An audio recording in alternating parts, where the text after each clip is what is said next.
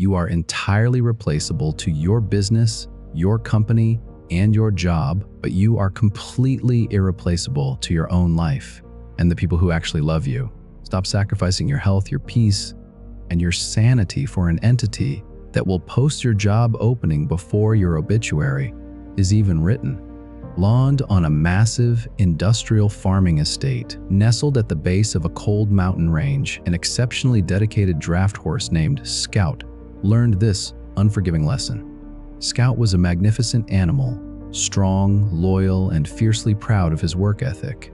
While the other horses paced themselves, took breaks, and rested when their muscles ached, Scout took pride in being the first in the harness and the last to leave the mud.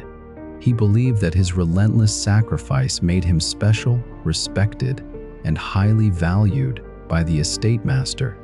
And year after year, the master loaded Scout's cart heavier and heavier. Scout felt the sharp twinges of pain in his spine. His hooves began to crack under the extreme pressure, and his lungs burned bitterly in the winter frost. Yet every time his body screamed for him to slow down, Scout pushed harder. He told himself, if I don't pull this weight, the harvest will fail. The estate needs me. I am indispensable. He wore his exhaustion like a badge of honor, completely ignoring the fact that his vitality was being systematically drained for someone else's profit margin. One brutal autumn evening, a massive storm threatened to ruin the grain harvest. The master hitched Scout to a wagon piled twice as high as normal. "Move, Scout! Everything depends on this load," the master shouted, cracking the whip. Scout pulled with every single ounce of his remaining life force. His heart hammered violently against his ribs, and his knees shook under the agonizing weight. He ignored the clear, warning signs of a failing body and dragged the massive wagon up the steep hill to the safety of the barn. He had done it. He had saved the harvest. But the moment the wagon cleared the threshold, Scout's knees buckled, and he collapsed heavily onto the cold stone floor, his breathing shallow and his strength permanently broken.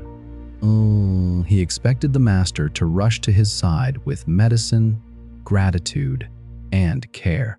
Instead, the master barely glanced at him.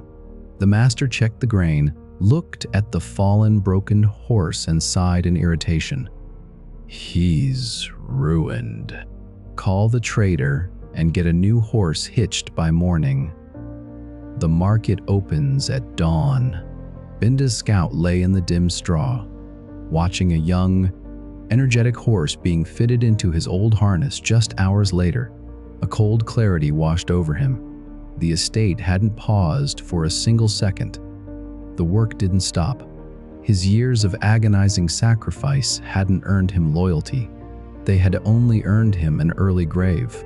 He had killed himself for a job that replaced him in a heartbeat. Though, the story of Scout teaches us that loyalty to an institution that views you merely as an asset will always result in your bankruptcy. We live in a culture that glorifies the grind, encouraging us to burn out and sacrifice personal well-being for professional success. But the corporate machine has no soul. It is designed to extract your value and replace you the moment you stop producing. Choose yourself first. Excel at your work, but never worship it. Establish clear boundaries to protect your physical and mental health, understanding that a job is a fraction of your existence, your identity. When you step out of the harness and prioritize your own life, you reclaim your freedom and ensure you aren't sacrificing your entire universe for an organization that sees you as a line on a ledger.